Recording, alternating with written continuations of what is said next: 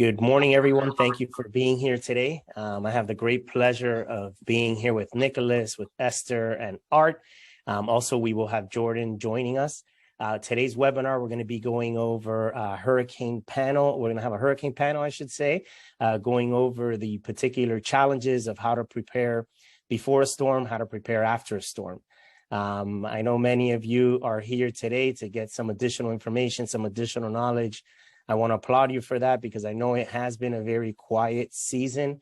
However, it's been quiet, but for me, it's been a little bit scary as I was talking to Art earlier today, because you never know when a storm can hit. Hurricane season was extended. I believe it was about 2 years ago to November 30th instead of the traditional October 30th. So peak season just passed about a week ago, but we're still in that cone where we could potentially get hit, and hopefully we don't, but ultimately, all we can do as service providers for community associations is to prepare our clients and do what's necessary. And if we're well prepared, then at least when it does hit, we know what we can do and take the correct, have the right channels to address the concerns of our associations. So I guess in order to get started, I wanted to do, if everyone could do a small introduction. I'll start off with ladies first. So Esther, if you'd be so kind to say a little bit about yourself and the organization that you represent. Good morning, everyone. Thank you for joining us. My name is Esther. I'm the director of Falcon Miami. Falcon is a forensic engineer firm that's been in Florida for a while. This is our 25th anniversary. We have presence nationwide, and we dedicated to serve condominiums and high rises and multifamilies. So that's it. Excellent. Thank you so much, Esther. Next up, I have here Art with Cotton. Art, if you could say a little bit about yourself and the organization you represent. Sure. Thank you for having me. Welcome, everybody. My name is Art Dickerson, and I'm the Executive Vice President of Cotton Global Disaster Solutions. So we operate in the U.S., Central America, and the Caribbean, and we perform emergency disaster services as well as construction and build back that might be necessary from the property loss. Excellent. Thank you so much for being with us here today. Next, I have Nicholas from Schirmer Law. Good morning, everybody. My name is Nicholas Ciani. I'm the managing partner of Schirmer Law. I'm an attorney. I wore the tie so that you could tell. We are a boutique law firm specializing in property insurance litigation, and we also do trials as well. We represent policyholders across all types of property damage. We're obviously here to talk about hurricanes, but we also handle fires, water damage, vandalism. We're headquartered in downtown Fort Lauderdale.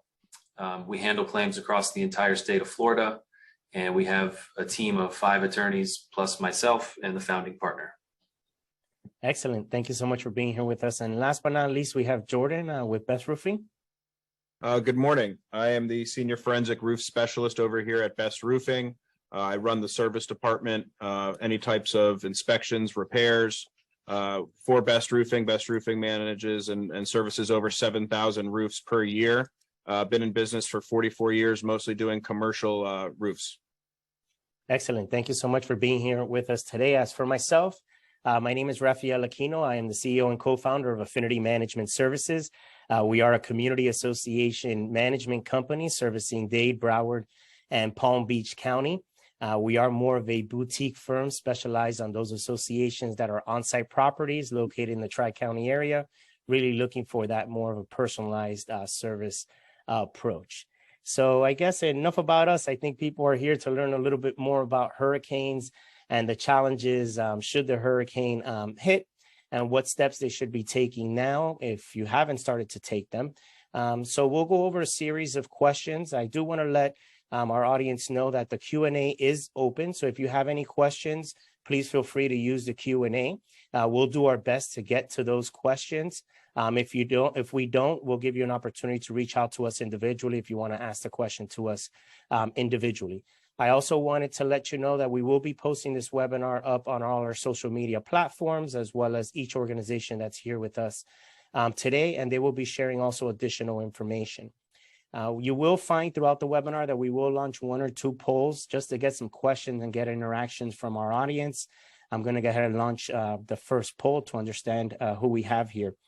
But as we launch that poll, I guess we should get started with the first question. So, we're going to start this, I guess, pre-storm. And right now, kind of, we're in this world of, we haven't been hit this year. We've been very fortunate. But as I was stating earlier, it can happen from 1 minute to the next. So I wanted to start with you, Art, because I know as a restoration company, your hands get full very quickly, especially once that storm hits. So if you could talk a little bit about what you believe managers and board members should be doing now in order to avoid, not being able to find the right restoration company to help them solve the issues should a storm hit. Sure, I'm happy to address that, and and if I could expand on that a little bit too. Yeah, there's so many things that you can be doing right now pre-storm that's going to make your life a lot better and easier afterwards. So obviously, you mentioned having the pre-loss relationship with a disaster restoration company, but there's some general preventative items too, like making sure you have sandbags and plywood and barricades and caution tape, and making sure you have a business continuity plan and a business impact analysis where you look at the operational or financial ramifications of different types of events that happen at different times or for different durations, and that really guides you to who you need to be talking to pre-loss to make sure you have your ducks in a row, so to speak. And with the restoration company, whether it's us or another restoration company, it's really critical to have a relationship prior to the need. Now, if you have a $5,000 or $6,000 loss, no big deal. You take care of that, right? But it could also be a $4 million loss, right? And the same preparation goes in to either type of event. So you want to make sure that you've identified the restoration company, that you have vetted their price list, their ability to service your needs after you do your business impact analysis. You might have different needs than someone else. And you also want to make sure that you've chosen a company that can respond if it's a large event, because if you have a local company, they're probably going to be devastated themselves, or their employees are. So you want to make sure you have a company large enough to bring resources in from other states or from other regions. But it's really critical to have those conversations ahead of time and vet those prices, vet the mobilization or methodology that they use to take care of your needs, and have all that done, because in the event it is a very large project, you want to make sure that you can still roll very quickly. Mitigating that damage quickly saves a lot of money. So I think I addressed your question and threw a little extra on there too. No worries at all, Art. I mean, it's important to get as much information out there because, again, when it hits, it's going to be too late. Everyone's scrambling and doing what they need to do. So I appreciate that information. And Nicholas, I want to touch with you now. I know many board members, some managers in some cases, they're a little bit fearful of either contacting someone to be able to assist them with addressing the claim. Is there anything that you would recommend that board members or managers should do prior to a storm? Should they wait till after the storm hits to get someone such as your firm to help represent them? Or is this something that you highly recommend them doing a little bit ahead of time? So yeah, aside from maybe getting a property insurance attorney involved pre-suit, I think there are some other things that you could be doing that would be proactive. For one, you obviously could be making contact with remediation companies, but you also want to check with your insurance agent and really have a good understanding of what your coverages are. Just like any profession, you're going to have good agents and bad agents.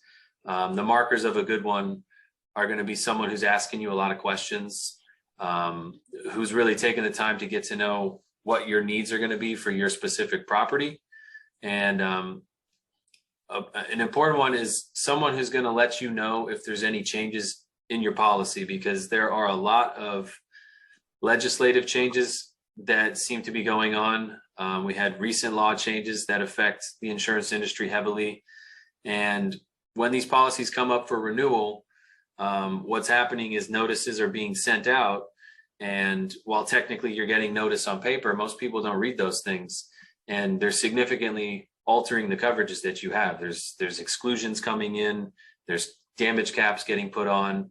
And if you don't have a good agent who's really picking up the phone and notifying you about that stuff, then you're going to get caught with your pants down, so to speak, when a loss happens, and you're going to be very shocked and very upset at the coverages that you do or don't have. So I think that you definitely want to have a good relationship with your insurance agent, for one.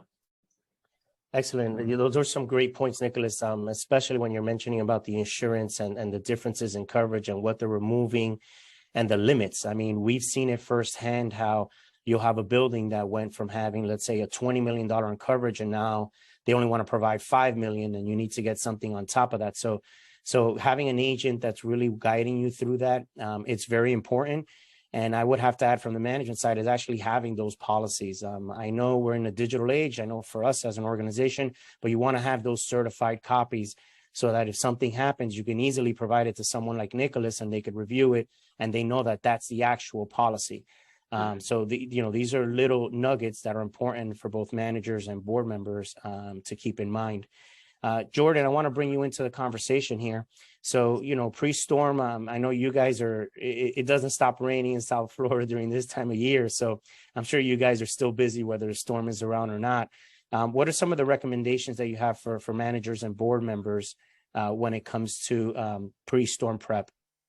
So first off, I think it's paramount to implement some type of maintenance contract. You really want to be proactive rather than reactive when it comes to these these types of things, and specifically at this point of the year. Art made a very good point. It's paramount to have some type of a relationship with a roofing company prior to actually needing someone to be on site. Really having someone's phone number and information locked into your phone or with the property management company that you're utilizing is so important to make sure that you have someone and have a relationship there that you can make that call to. And it's also important that we have that information on file so that when something does happen, that we can respond and actually get out there as quickly as possible after a storm. Excellent. Those are great points. And, sometimes even from the management side, some of the little things that may be overlooked is, even some basics, just walking the roof and seeing what's up there. You'd be surprised. We recently took on a new community. It was a high-rise, 13 stories, and the stuff that was on the roof just threw me back. And I asked, did the manager ever walk on this roof? The stuff that was up there, you had bikes, believe it or not, and different things. And these are objects that can cause damage not only to your roof, but also to other roofs. So, documenting what's going on from a manager side, understanding, taking pictures.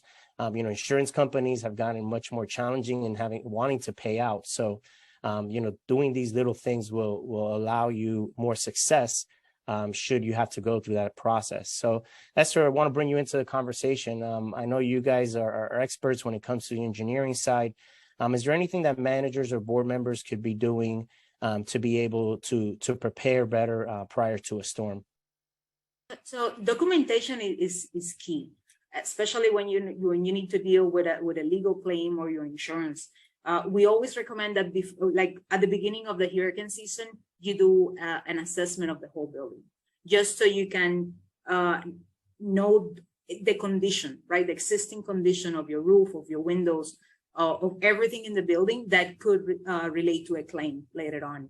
So you need a reputable company, right? You want somebody that can stand up in a deposition that its reputation can stand, scrutiny, that can help you out if this goes into a legal claim later on for your insurance. So you want a company that has a track record of litigation experience, of inspection experience, that can document your whole building, and in case that something happens, can bring that report later back to the insurance and to the legal team and say, this is the condition, and this is obviously, this is a data report that's the condition of the building prior, so this is obviously an insurance damage. Also, like Jordan says, you want to have that maintenance plan, and why is that important is because water in the roof can make the difference in between a repair and a replacement. So if you have a maintenance prior, if you make sure that all your flashings are okay, that all your penetrations are properly sealed, water has less chance of intruding your roof. And after the hurricane, it might be a simple repair versus if your roof is already in bad shape. Once you pass a hurricane, you might be facing a full replacement. Excellent points. And when it comes, I want to leave it back here with you, Esther. What are some of the things that managers should be looking for when selecting the company? Let's say an engineering firm, with everything that we have going on with the new bill, with new legislation, with milestones and everything. I mean, that's a whole nother webinar. But you have a lot of people flooding now. You're starting to see new engineering firms coming into the market. What do you recommend managers and board members when they're going through their selection process, at least for the engineering firm? What should they be looking for? So like Art said, you want manpower, right? You want to make sure that the engineer company that you're selecting can have actually capability of serving your building in an emergency that is going to hit the city.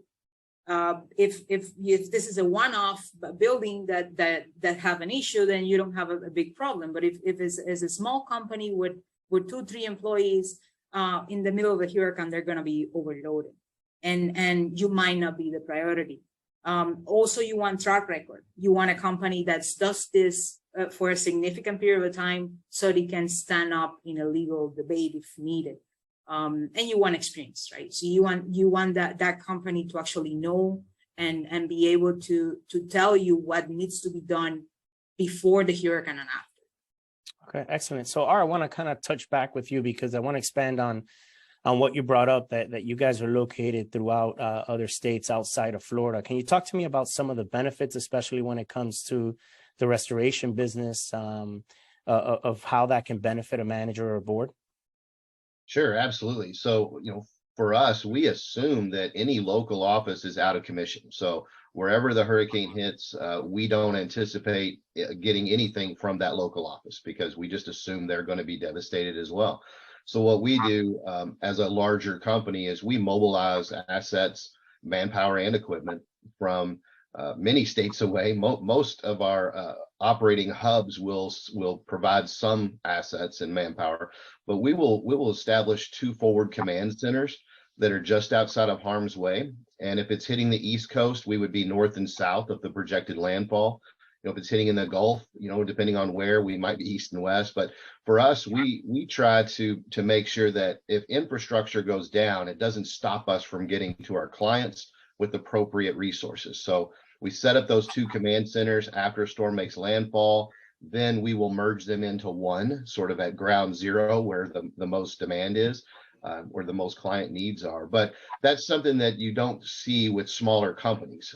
They simply don't have the assets to do that. We're operating throughout the U.S., Caribbean, and Central America every day, handling losses. Like we mentioned earlier, Rafael, stupidity is insured. So even when there's not a storm, we stay busy doing work, and that allows us to have a large, group of assets, of equipment and manpower that we keep busy all the time. And then we refocus those when there's a hurricane. And so it's really critical, and Esther said it more eloquently than I, but it's critical to have a company that can bring to bear those type of resources, because it is a high demand situation when you get into a hurricane. And what happens, what I see on smaller companies is they start getting lax on paperwork because they're busy trying to get from one job to the next. And then 6 months down the line, when you're in a litigious situation, you don't have the backup documentation to prove what you did and why you did it, the photo documentation. And so again, larger companies tend to be able to weather that increased demand and still operate the proper way, if that makes sense. No, it makes total sense. I mean, honestly, like, one of the things that many managers don't know is that you could have 2 organizations, working at least pre-agreement with them. And I'm a big proponent of that, because obviously if a storm hits, a storm can hit throughout the entire state of Florida. I remember the storm right now that had hit Dade, it hit the West Coast, and it hit part of the East Coast of Florida. And as you stated, Art, if you're a smaller organization, you're going to have your hands full. So if you're working with an organization that covers the entire country, that can bring resources in, and they're following the same processes, right? Because you guys have processes, and you're not just subbing the work out to someone else. So there's definitely convenience in working with a larger organization when it comes to restoration. So Nicholas, I want to bring you kind of into the conversation. So Art brings a great point of the documentation. And I can see that, falling short if you don't have that documentation. Maybe if you could talk a little bit about some of the cases, not a specific case, but some of the challenges that you've seen when you're filing these claims, when there's not the necessary information, and what do you find that needs to be like the critical information that managers or board members should have when you're filing these claims?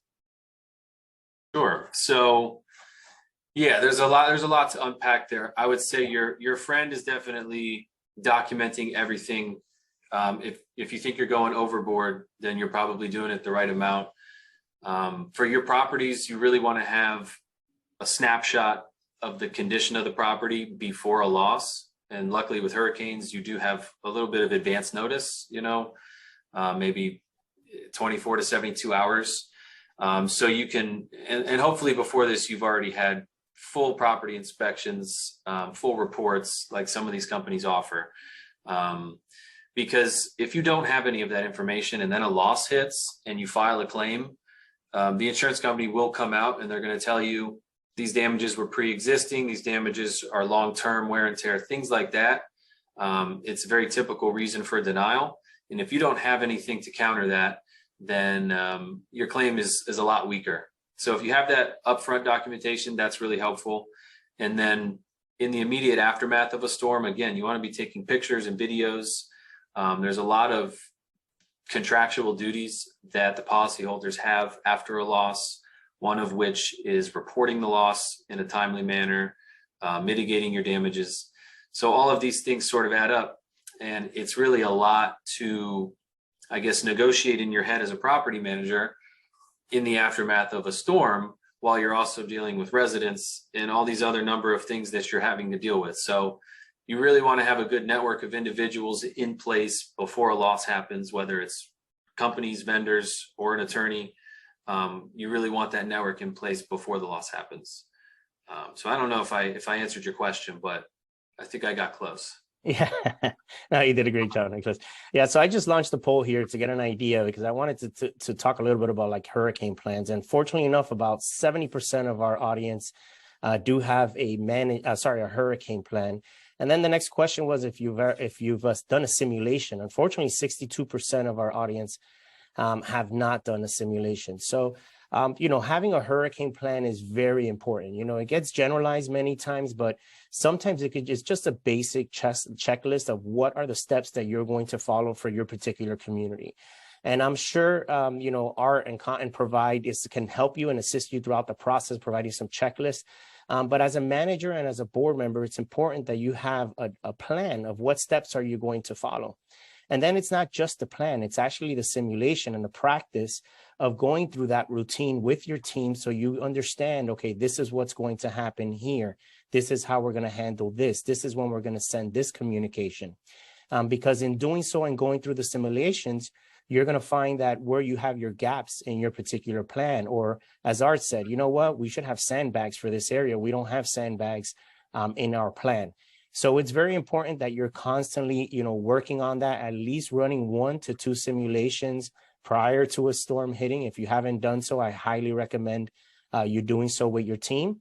And then even having some simple conversations of what happens if I'm out on vacation during this time and who's going to cover. So having those conversations is really going to allow you to be able to execute a much better hurricane plan, and also be able to improve it, because every year, things can change, things within your association will change. So you just want to be able to adapt to any of those particular changes. So Jordan, I want to bring you into the conversation. I know that you mentioned it, that you're an expert when it comes to roofs. Can you talk a little bit about like what Esther mentioned about the difference of about 25% being wet? What really makes, what really determines if a roof needs to be replaced? And if there is a storm, I know many board members, I've heard them say, I don't want to change the roof because if a storm hits, I want my insurance company to cover it. What's your position on that? And what should managers and board members have top of mind if they have a shoddy roof right now? Well, certainly the first step would be to have a qualified roofing professional come out and do an inspection on the roof. Based on that inspection, if we are able to determine that there most likely is some water in the system, the next step for me would be to perform a moisture survey, typically from a third-party engineering firm on your roof. If over 25% of that roof is above the allowable threshold, you would per code need to replace the roof. If under 25%, it could be repaired, but based on the age and condition of that roof, it might be a situation where you'd still want to replace it. And although it might not look compromised from the top side, to me, one of the most important aspects of that moisture survey is the delamination from the deck, whether that roof can actually weather the uplift pressures that a high wind event would bring into the equation, and whether that roof would fail if it came into that situation. Excellent. Yeah, and it's very important to understand the conditions. I know from back to insurance, I mean, this year has been a very difficult year for insurance, and I'm sure next year is going to be the same. Again, I was joking, but I have heard board members say, well, I'm just going to wait till a storm hits to replace the roof. And I think that's a very bad decision. Ultimately, you have a fiduciary responsibility to the members of the association. The last thing you want, as Jordan mentioned, that you don't have the necessary, the uplift, as he mentioned, and all of a sudden your roof is completely gone. And now you have 100 units flooded rather than maybe 4 to 5.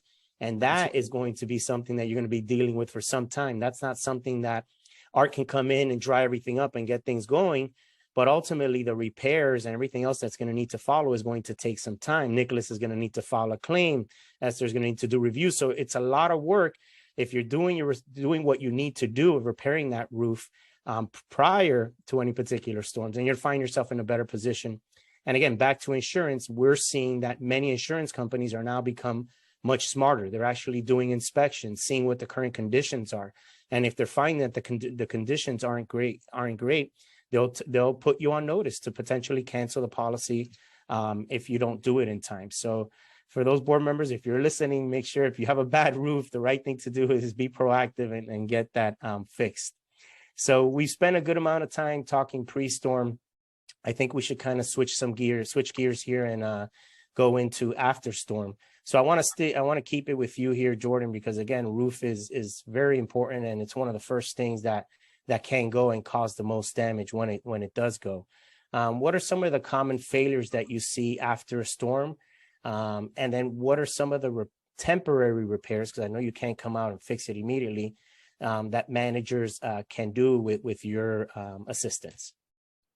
So 9 out of 10 times, a leak is most likely going to occur at the flashing, which is basically defined as anywhere that the roof would change direction, either from a penetration or at your walls. Another thing would be membrane failures. Specifically from storms, you could see fastener failures due to the uplift.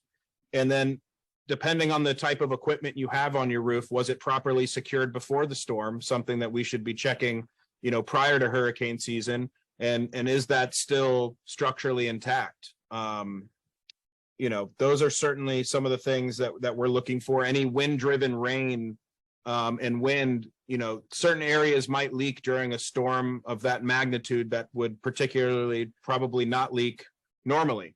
So we're certainly looking at, everything on the roof, and that's why it's so important for us to really provide a pre-storm or a pre-hurricane season inspection so that we have all that information on file. We can go back, take a look at that, see what's changed from before and after, and based on those results, determine if maybe we need to bring an engineer or someone else involved to kind of take a look at the roof further and evaluate it from there. Excellent. I have a question here from Alex, and Alex asks, what tool is used to get a moisture reading? And then Esther also asked, how often should a moisture survey be done? How often a moisture survey should be done, I think would depend probably on the age and condition of the roof.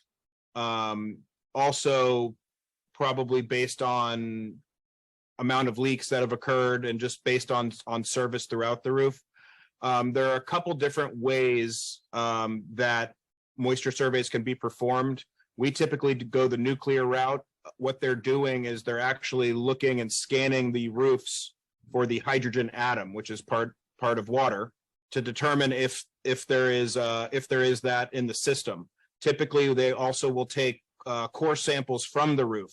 They will weigh each individual component from the roof and then bake it at 230 degrees Fahrenheit for 24 hours, and then weigh it again to determine how much water actually was removed from each component of the roof, to basically give you a percentage of how much moisture was in that section of the roof at that time. Excellent. Good point. And Art, let's just say that we had that damage in the hurricane and the several units flooded. What steps should a manager or board be taking, and when does your team normally step in? Is it after the evacuations have been lifted? When do you guys typically step in?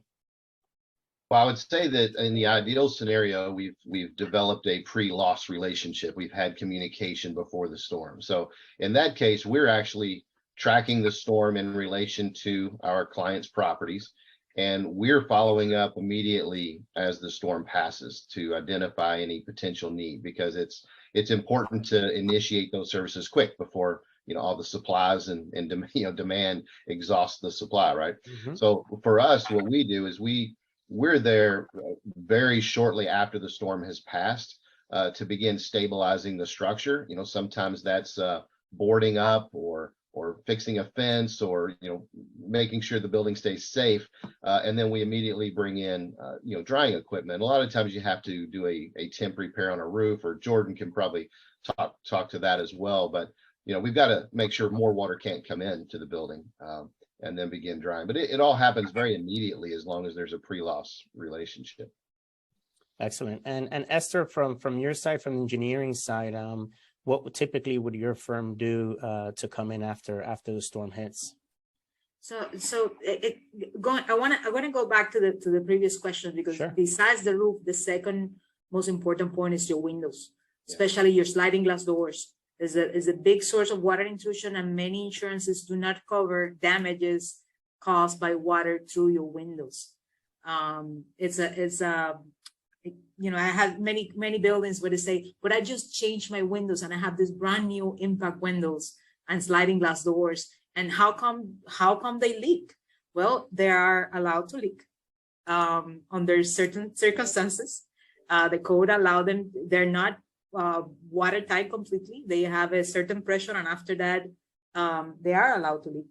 So you need to prepare for that. You need to make sure that you have proper protection on your windows so it doesn't flood into your unit. And there's something that is sometimes overlooked, especially in the newer buildings that have moved into impact windows and doors, and you assume that they're that you have just a brand new window, it shouldn't leak. But it can, it certainly can, and your insurance most likely won't cover it. So you need to be extra prepared, with either sandbags on your balcony, or there's a kind of sausage that you can put on the track for your sliding glass door, so the water is absorbed there and doesn't flood inside. So that's something that associations should look for. How watertight are your windows, depending on the age and if you have shutters or not. So going back to the other question, what we do first? So first is document, right? Make sure that the building is safe. If you have any structural damages, then if any area needs to be evacuated, or it needs to be shored in extreme cases, or if your roof has been compromised, that it can be temporary repair, or if your window has been broken, that you can put a plywood or some other type of barrier, so no more water goes in. Okay, excellent. So Nicholas, we all know that most insurance companies are in the process to deny claims, or in the business of denying claims. So we've had a water leak, we've had water come through. Documentation is very important, but also I'm assuming the way we file the claim is just as important. What steps should a manager do? Should they be contacting someone such as yourself first before filing the claim? Talk to me a little bit about that process. Sure. And I want to also mention, I'm glad Esther mentioned the windows and the doors, because that's a very often overlooked part of a claim. She's right. They're not the damage is not normally covered if it's just wind-driven rain or something like that. But if there is storm damage to the window system or the sliding doors, that would be covered. And a lot of that damage is not visible to the naked eye. You need an expert to go out there. I couldn't look at it and tell you myself, but just so everyone knows, the insurance adjusters also are not trained to look for it, and they won't find it unless the window is obviously cracked or something like that.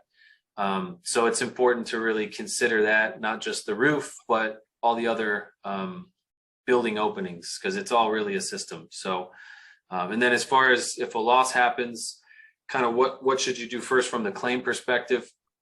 You do have a duty to report the claim promptly, but that doesn't mean that the first person you should call is your insurance company.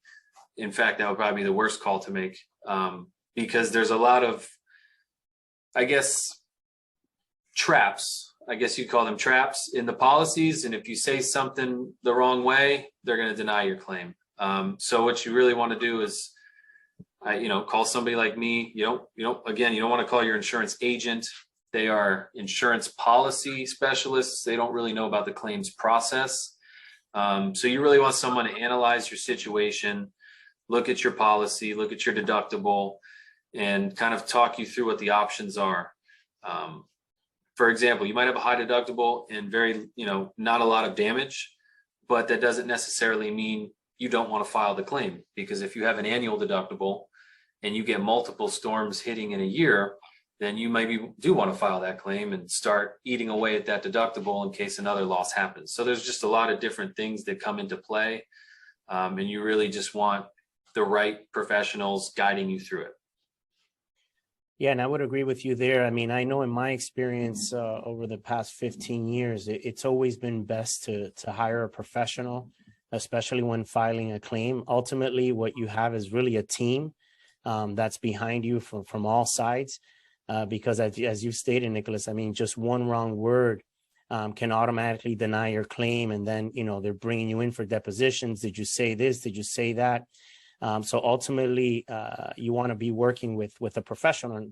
And as community association managers and as owning a community association management company, we've realized that, what you work with is a team. Ultimately, our job is to be able to facilitate and bring in the right people to do the right job.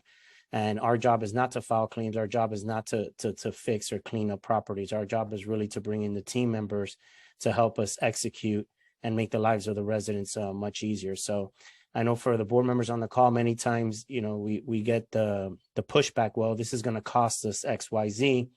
And you can't really look at these decisions short-sighted. You need to look at them with the lens of, a year, 2 years down the line. How are we going to resolve this? What's the best outcome for the community?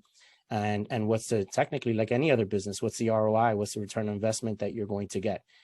We've dealt with claims where the board has decided to go on it on their own and they receive peanuts, and then we hired a professional and they've received 100, 200, 300% more than the initial claim provided by the adjuster that the insurance company brought on. So ultimately, again, I'll say it over and over again until I'm red in the face, but it's, working with the right professionals is the way to go. So Jordan, I want to kind of bring you in the conversation when it has to do with the roof.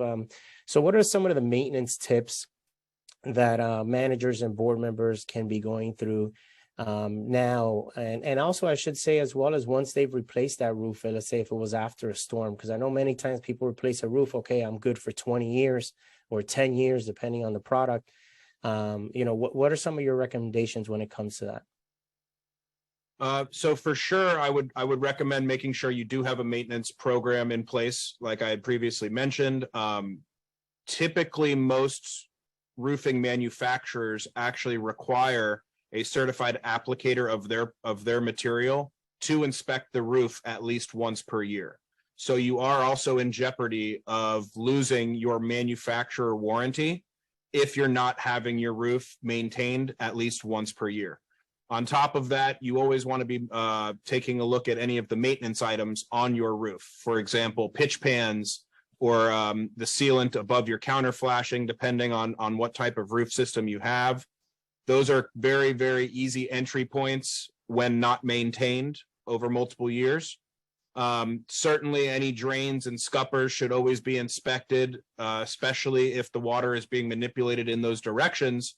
We obviously want to make sure that those areas are operating correctly, because that could lead to a claim or allow a lot of water, if the roof is all pitched in one specific direction, to get into the building.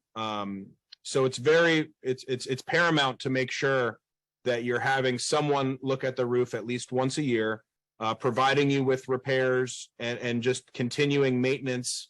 Certain companies like our own offer an umbrella program, so that we can get you under our program, make sure that we're taking care of stuff, even offer a leak-free warranty. So there are a lot of options out there, but being proactive and making sure that you are prepared for situations like this is the best approach that I can give. Yeah, and that's a great point with the maintenance part, because I know we've seen it firsthand. If you don't have the maintenance program, how difficult it is to get those warranty claims resolved. Ultimately, many boards, they just look at, okay, what's the cost to repair the roof? And what they need to be looking at is, okay, what's the cost to repair it? And then let me speak to the organization. What's the cost to maintain it each year, and put that into your budget. So that's a great point that you bring up, Jordan. Art, when it comes to the loss and the suffering of damage, what does your firm do to be able to help bring things just, I guess, back to normal after things have been dried up and at least it's in a stable condition?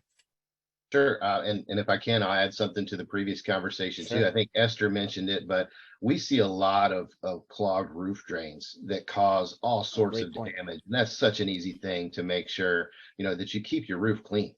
Because those, roofs aren't made to be swimming pools. So you got to keep those roof drains cleaned out. But yeah, to your question about getting put back to, a pre-loss condition or normal operating condition, for us, what my firm does is we're a full service restoration company. So we've got mitigation divisions that are handling emergency services. We're boarding up, we're securing the building, and we're drying out the structure.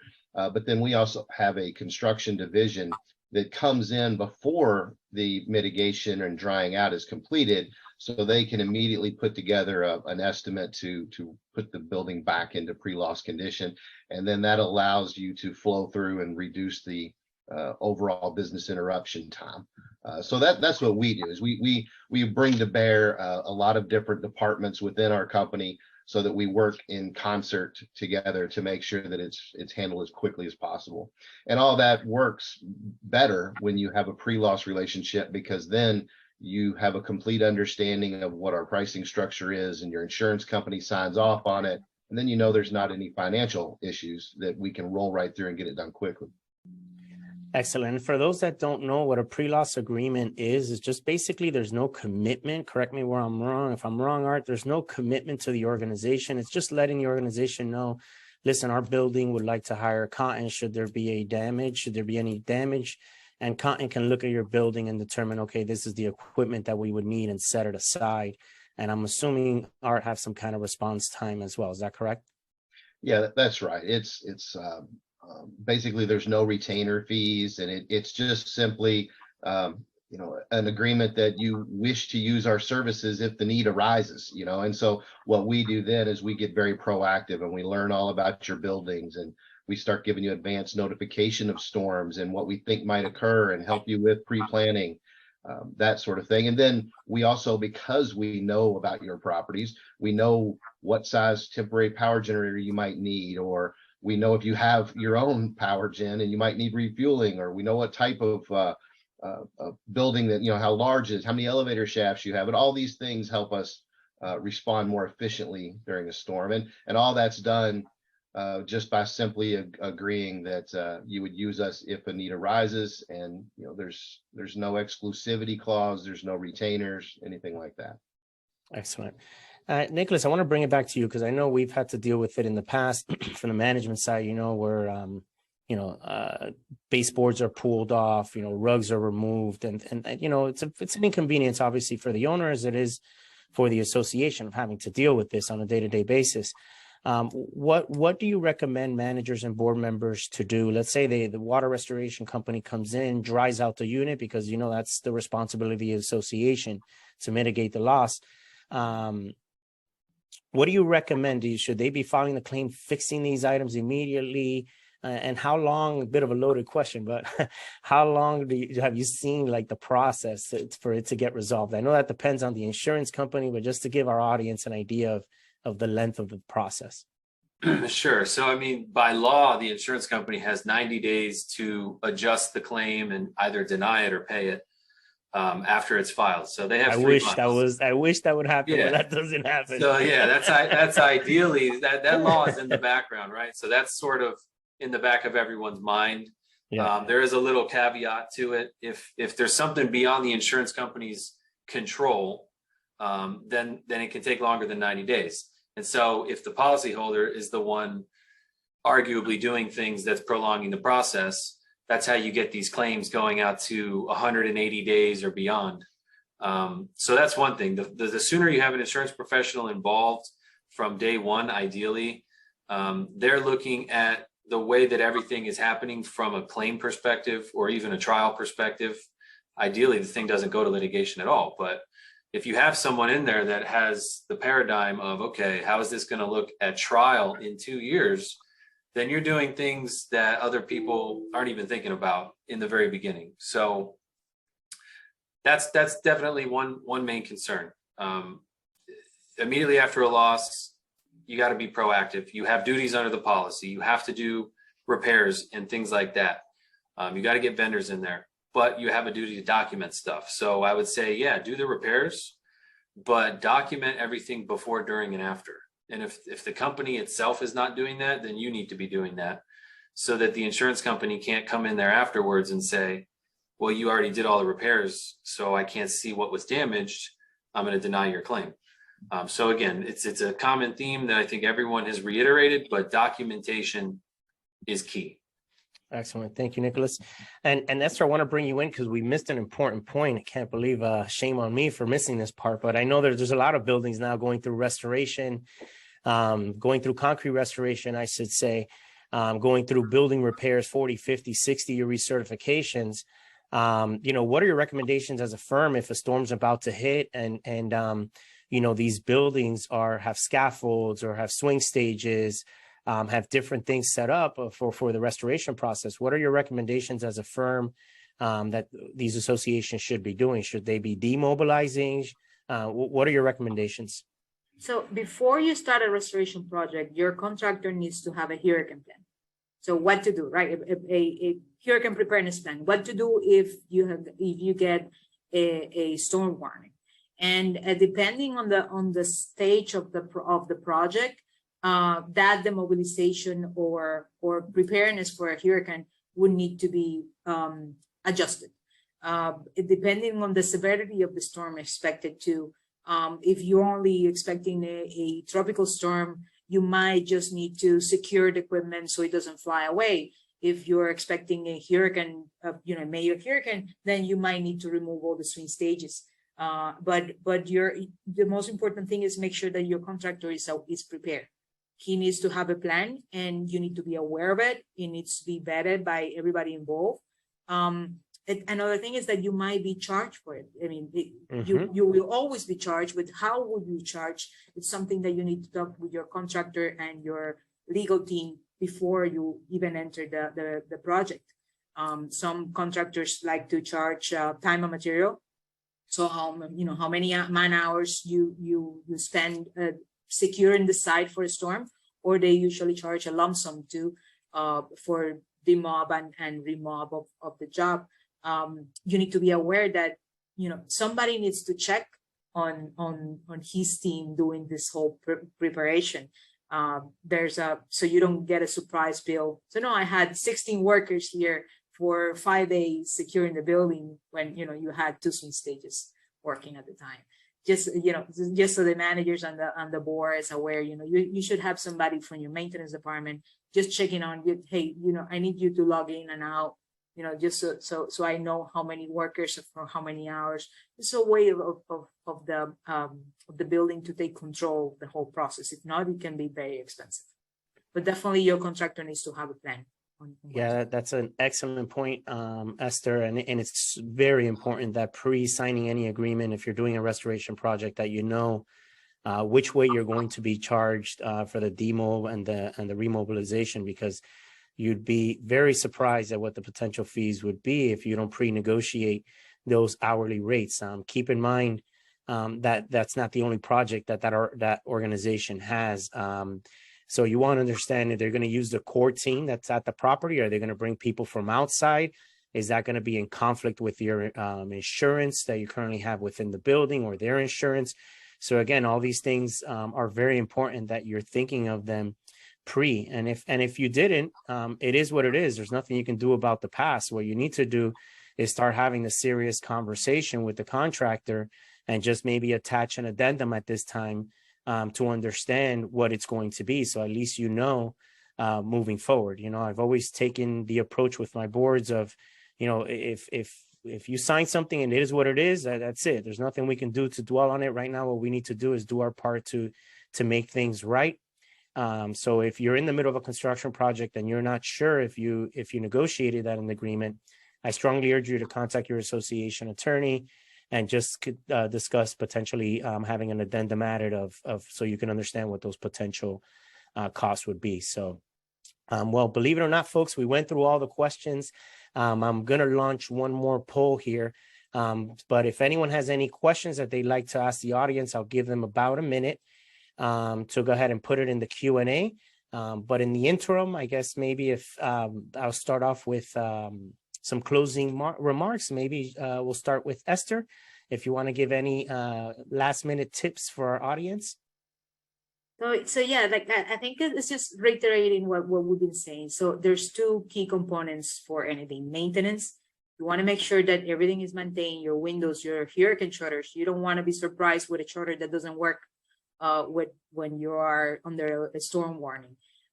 Your roof, water is very invasive. So you want to minimize any potential water intrusion prior to the storm so it doesn't grow into a big damage. And second, documentation.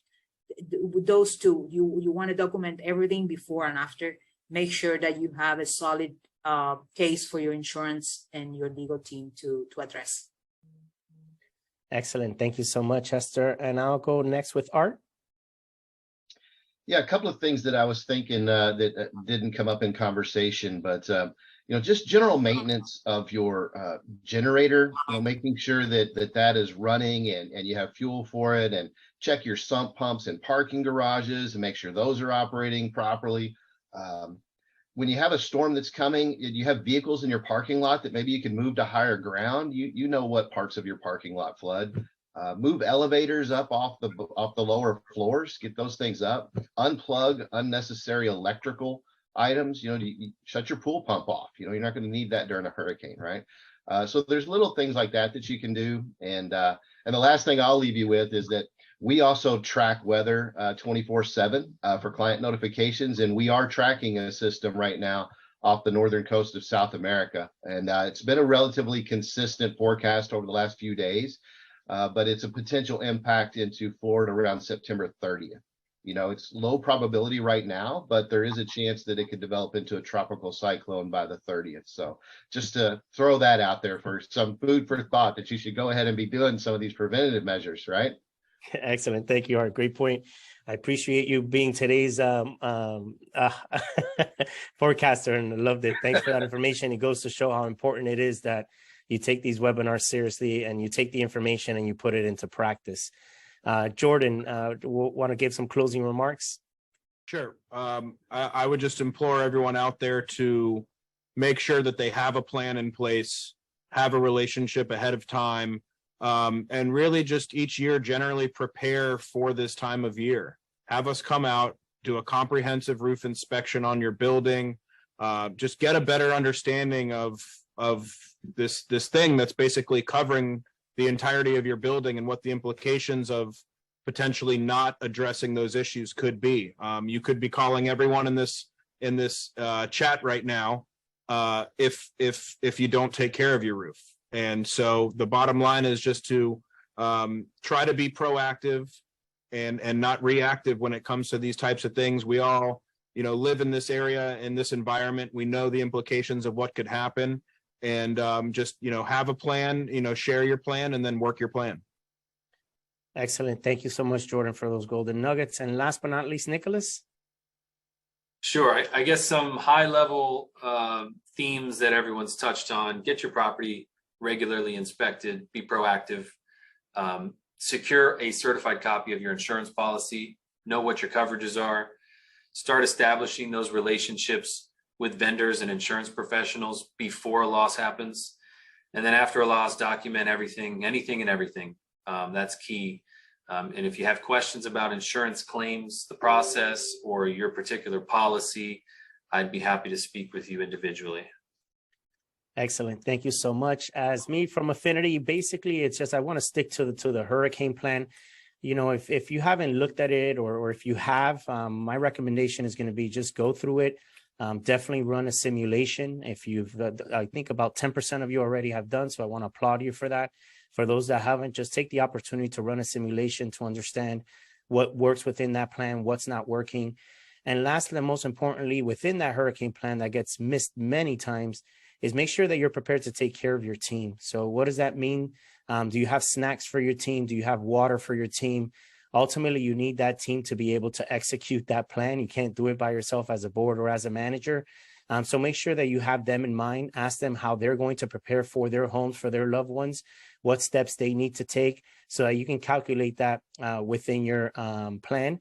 And also make sure you're communicating what steps you're going to be taking to your residents.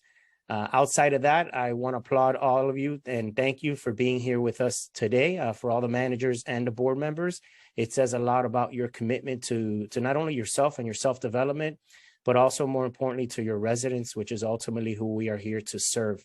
I wanted to thank the panelists for being here today. Thank you all for making this happen.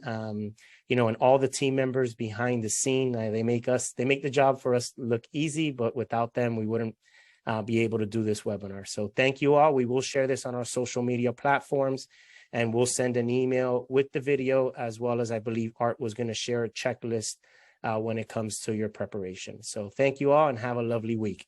Bye-bye.